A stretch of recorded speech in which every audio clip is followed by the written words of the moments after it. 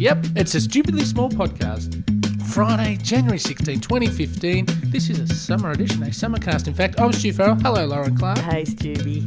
How? Oh, Stubby. I don't know. You introduced me to a mini marsupial from the Tasmanian forest. Really? Well, I don't know. Stubby. It sounds like it could be an Australian chocolate Suddenly product. thought there was a marsupial in the Tasmanian forest I didn't know about. No, like the drop bear of mine last week. I'm yet to find the drop bear. I went to the zoo to find the drop bear. They don't have them in zoos. They're only in the wild.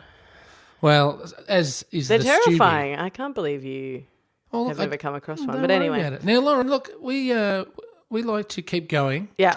And follow Moving up on right stuff. along. Yes. Yeah, and follow up on stuff that, I didn't let you get something out of your mush yesterday, and it's kept me awake all night. I doubt that, but yeah. Because we were talking about, I think, those scumbag backpackers that try and extract money from you for throwing, bowling pins at each other at the traffic lights. And you were about to tell us a story about driving. Yes.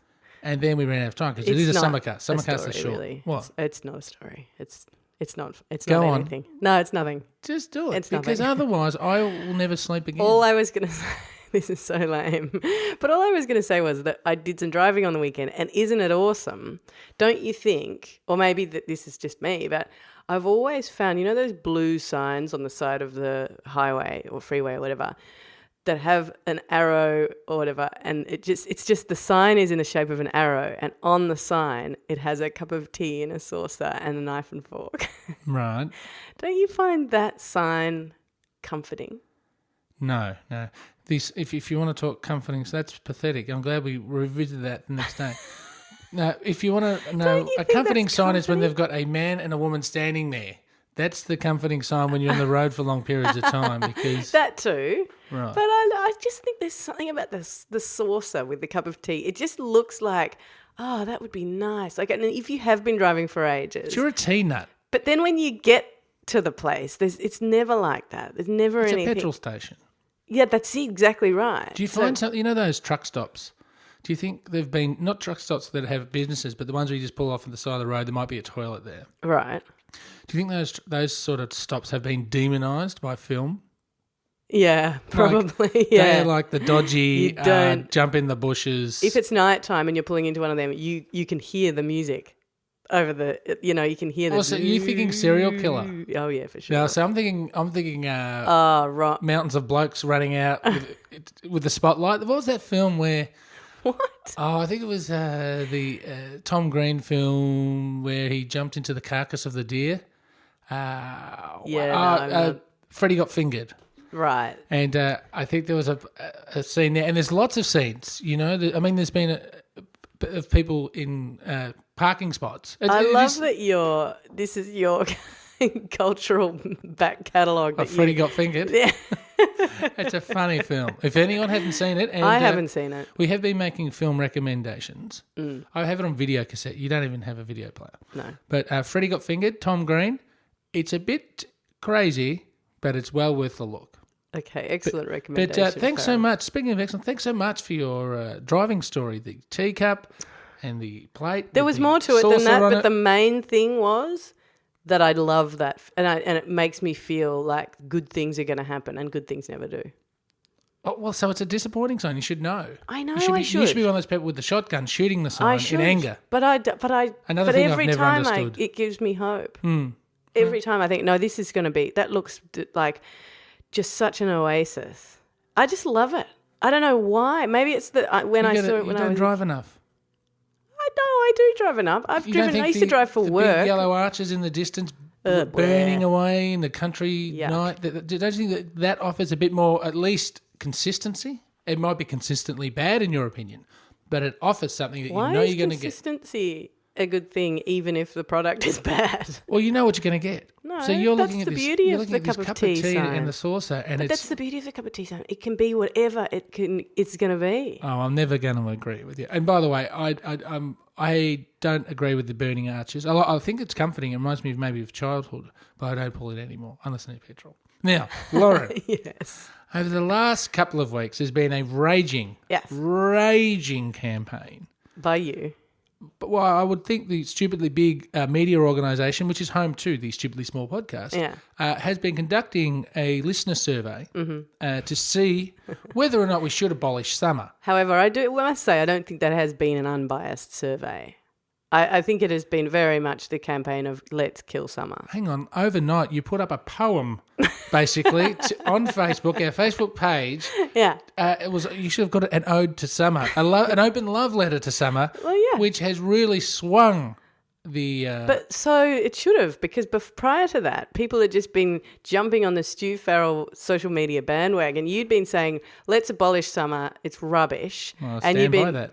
Saying things like that. And all of the reactionaries have been jumping on board. There's some people that don't like speed cameras. No. This is pro-speed camera, pro-summer, Lauren Clark. Anyway, Clarkie, we've had a couple of phone calls. Let's kick off the debate with the phoners, and then we'll finish off with the result. I'm firmly in the yes camp for summer. Hi, Lauren and Stu. This is Karita. If I'm not too late to vote for summer, I want to say hell no. No. No.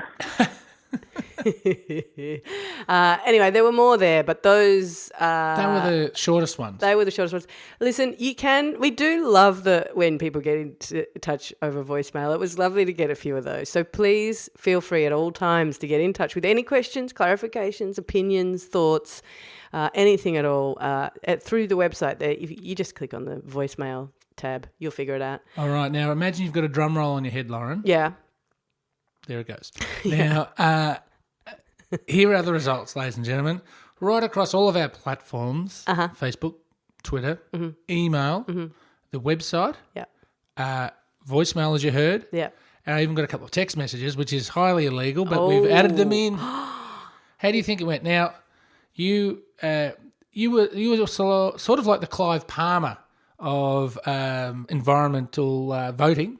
In what sense? Well, the no vote was running at about a 65-35 margin. No, it was constantly throughout the higher campaign, than that. or even higher. Yeah, it was higher than that. And then Clive Palmer throws lots of notes, lots of big bills at his campaign, and end up holding a few federal seats for the pup party. Yeah. You, my love, throw what your main weapon is. Yours isn't money, yours is words. And you threw your whole arsenal last night. I wrote a on Facebook post. That's right. all I did.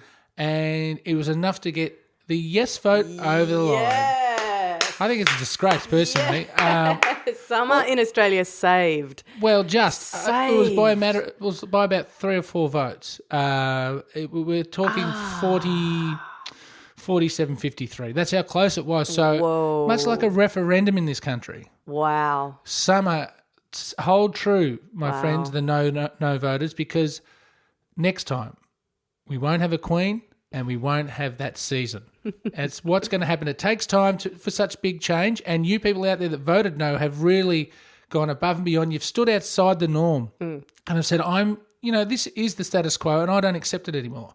And we are going to abolish this. This is a very stirring speech, but you know that you lost. Yes, but now it's about momentum and keeping it up for the next time we have a vote. No, it's done. And, I've also got to say that along with you being Clive Palmer, I could in fact say that Mother Nature in this story is the Rupert Murdoch character because she has conspired in the last 3 to 4 days to provide perfect weather. That's it. So people forget how hot and annoying it's been. Like it's been 20 and raining. Awesome. It's been excellent. So Rupert Murdoch and Clive Palmer have conspired to keep summer in this country for another year, as Australian as that sounds. But we're going to get rid of it. No, we're not. And I think that's what you need to do. You need to go, well, we lost that, and that was sad. And what the yes camp needs to do is say, look, summer is going to continue for all Australians. Oh, yes. All Australians. And remember your margins, a very small margin. Don't start coming and say, we're going to make autumn summer now, and then because we'll block it. We will block it. You'll block it. And there'll be only summer for rich people. We'll block that. The media will really mess things up for us. Mother Nature will put on a day, like a month of 28-degree days, and lull us all into a sense of, and then you'll just tear it away from us all. Now, Lauren, yes, thank you to everyone that participated in that. By the way, a ridiculous vote, but totally you all got on ridiculous. board, and it's very heartening. Yeah, but this is, and I don't even like saying the word anymore. This is a summer cast, and we have to get out of the place because our time is done. Uh-huh. So for those that may need to put out some rubbish across the weekend into Monday morning, stupidly bins, of course. Now, that would involve me getting into... remember I did ask you, have you got your bins ready before we started? You did, and that was very good of you. Thank you. And I know it's true. What day is it, Stu? Today's Friday. Yeah, all day. So all day. This is what we call stalling in the industry. Yeah. Saturday, Sunday, Monday bins. Here we go. Guess what? Go. Friday, Reservoir. Well, of course. Sunday, Northcote, Panton Hill, Barwon Heads, Western Creek in Canberra and Patterson Lakes. Thank you to everybody who's been sending in what they need reminding of. Please continue to send them in, and if I've got them wrong, correct me. I have been getting some very irate corrections. Oh, and also thank you for the, I won't name you, but thank you to the listener that pulled you up about leggings and said they are most definitely not pants. I very much like that email. That's a nice one. It's great. Ladies and gentlemen, it's time for us to get out of here. Have a fantastic week, and let's hope that Rupert, aka Mother Nature, keeps this lovely weather up. It's going to be 25 degrees today here in Melbourne town. I hope it's as nice where you are, and take care. Bye-bye.